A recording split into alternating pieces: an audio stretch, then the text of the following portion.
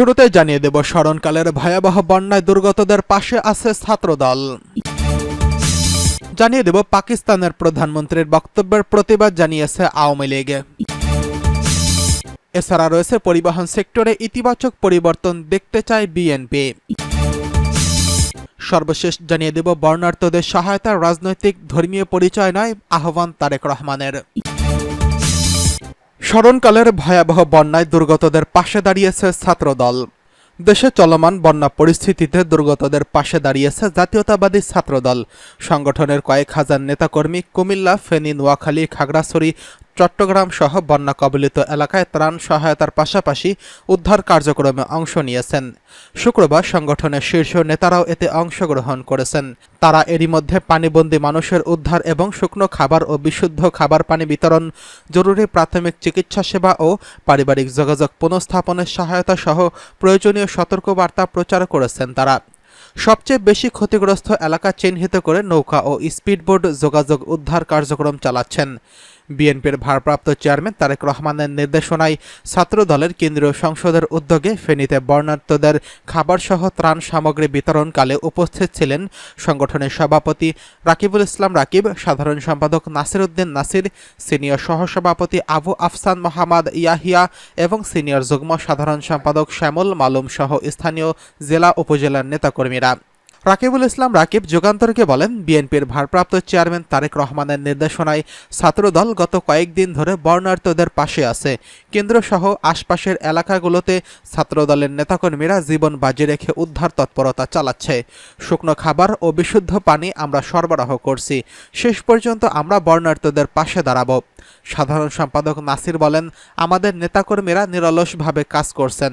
এখন পর্যন্ত আমরা ফেনী, কুমিল্লা সহ বিভিন্ন এলাকায় কয়েক হাজার নারী, শিশু এবং বয়স্কদের উদ্ধার করে নিরাপদ স্থানে নিয়েছি। পুরো এলাকায় যোগাযোগ বিচ্ছিন্ন, তারপরও আমরা নৌকা ও স্পিডবোট বেলাই করে ডুবে থাকা এলাকায় উদ্ধার তৎপরতা চালিয়ে যাচ্ছে। এছাড়া সহায়তার উদ্যোগে নোয়াখালী, লক্ষ্মীপুর, কুমিল্লা ও হবিগঞ্জ বিভিন্ন জেলায় উদ্ধার ও ত্রাণ সহায়তা কার্যক্রম পরিচালিত হয়েছে। এদিকে পাকিস্তানের প্রধানমন্ত্রীর বক্তব্যের প্রতিবাদ জানিয়েছে আওয়ামী লীগ। বঙ্গবন্ধু শেখ মুজিবুর রহমান ও মুক্তিযুদ্ধ বিষয়ে পাকিস্তানের প্রধানমন্ত্রী শাহবাজ শরীফের সাম্প্রতিক মন্তব্যের নিন্দা ও প্রতিবাদ জানিয়েছে আওয়ামী লীগ। গণমাধ্যমে পাঠানো এক বিবৃতিতে আওয়ামী লীগের যুগ্ম সাধারণ সম্পাদক আফামা বাহাউদ্দিন নাসিম এই প্রতিবাদ জানিয়েছেন। বাহাউদ্দিন নাসিম বলেন, বাঙালির অবিসংবাদিত নেতা জাতির জনক বঙ্গবন্ধু শেখ মুজিবুর রহমান ও আমাদের মুক্তিযুদ্ধের বিষয়ে পাকিস্তানের প্রধানমন্ত্রী শাহবাজ শরীফের সাম্প্রতিক ধৃষ্টতাপূর্ণ মন্তব্যের তীব্র প্রতিবাদ ও নিন্দা জানাচ্ছি। এদেশের মুক্তিযুদ্ধে দীর্ঘ সংগ্রামের ধারাবাহিকতা ও রক্তক্ষয়ী জনযুদ্ধের এক অনন্য উদাহরণ। আমাদের মুক্তিযুদ্ধের বীরত্বপূর্ণ আত্মদানের মধ্য দিয়ে বাঙালি হাজার বছরের পরাধীনতার শিকল থেকে মুক্ত হয়েছে। শাহবাজ শরীফের বক্তব্য আমাদের মুক্তিযুদ্ধকে সরাসরি কটাক্ষ এবং ৩০ লাখ শহীদের আত্মদানের প্রতি অবমাননা। জাতির গৌরবময় লড়াইকে যেই ভাষায় শাহবাজ শরীফ কটাক্ষ করেছেন, এর বিরুদ্ধে প্রতিবাদ করা শুধু আওয়ামী লীগ বা এ দেশের মানুষের নয়, আমাদের বাংলাদেশের রাষ্ট্রের কর্তব্য। তিনি আরও বলেন, শাহবাজ শরীফের বক্তব্যের মাধ্যমে প্রমাণ হয়েছে তারা মুক্তিযুদ্ধের সময় এদেশে গণহত্যার জন্য লজ্জিত নয়। তারা বারবার এদেশের স্বাধীনতাকে হেয় করার চেষ্টায় লিপ্ত থাকে। সম্প্রতি দেশের স্বাধীনতার যাবতীয় স্মৃতিচিহ্ন ধ্বংস করতে যে তাণ্ডব চালানো হয়েছে তার পেছনে শাহবাজ শরীফের হাত রয়েছে। তিনি বলেন, ইতিহাস সাক্ষ্য দেয় পাকিস্তানের কুচক্রী তাদের এদেশীয় দোসরদের বাংলার জনগণ বারবার পরাজিত করেছে। ভবিষ্যতেও এই ষড়যন্ত্রকারীরা জয়ী হতে পারবে না। মুক্তিযুদ্ধের মধ্য দিয়ে প্রতিষ্ঠিত বাংলাদেশের মুক্তিযুদ্ধের পক্ষের শক্তিরই জয়ী হবে। এদিকে পরিবহন সেক্টরে ইতিবাচক পরিবর্তন চায় বিএনপি। পরিবর্তিত পরিস্থিতিতে পরিবহন সেক্টরে চাঁদাবাজি, দখলদারি এবং নৈরাজ্য বন্ধ এবং আইনশৃঙ্খলা প্রতিষ্ঠায় ইতিবাচক পরিবর্তন চায় বিএনপি। দলটি বলেছে, বৈষম্য বিরোধী আন্দোলনে স্বৈরাচারী আওয়ামী লীগ সরকারের পতনের মধ্য দিয়ে রাষ্ট্রে যে ইতিবাচক পরিবর্তনের সূচনা হয়েছে, এই পরিবর্তন আনতে সড়ক পরিবহন মালিক শ্রমিকদের সক্রিয় করার অংশগ্রহণ ছিল। আন্দোলনে অংশ নিয়ে শুধু জাতীয়তাবাদী শ্রমিক দলেরই ৩১ জন নেতাকর্মী মৃত্যুবরণ করেছেন।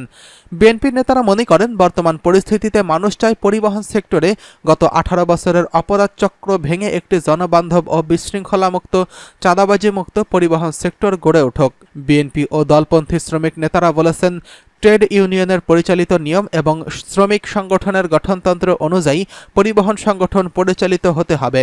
মালিক ও শ্রমিক সংগঠনের কোথাও কোনো সংকট দেখা দিলে সেই সংগঠনের সদস্য মতামত ও গঠনতন্ত্র অনুযায়ী সমস্যার সমাধান হবে। বিএনপি চেয়ারপারসনের বিশেষ সহকারী জাতীয়তাবাদী শ্রমিক দলের সমন্বয়ক হিসেবে দায়িত্ব পালন করেছেন অ্যাডভোকেট শামসুর রহমান শিমুল বিশ্বাস। তিনি বাংলাদেশের সড়ক পরিবহন শ্রমিক ফেডারেশনের সহসভাপতিও। জানতে চাইলে শিমুল বিশ্বাস বলেন, বিএনপি কোনো দখল বেদখলের সঙ্গে সম্পৃক্ত নয়, কোনো জবরদখল আমরা সমর্থন করি না, বরদাস্ত করব না।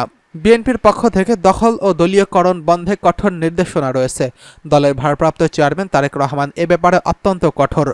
তিনি বলেন, ছাত্র জনতার গণ অভ্যুত্থানের মধ্য দিয়ে দেশে ইতিবাচক পরিবর্তনের সূচনা হয়েছে। মানুষের প্রত্যাশা পরিবহন সেক্টরেও ইতিবাচক পরিবর্তন আসুক। বিএনপি সেটাই করতে চায়। জনগণের প্রত্যাশা অনুযায়ী পরিবহন সেক্টরে গত 18 বছর ধরে যে অপরাধ চক্র ছিল তা ভেঙে শ্রমিক মালিকদের যুক্ত করে একটি জনবান্ধব বিশৃঙ্খলা চাঁদাবাজি মুক্ত পরিবহন সেক্টর গড়ে তোলা হবে।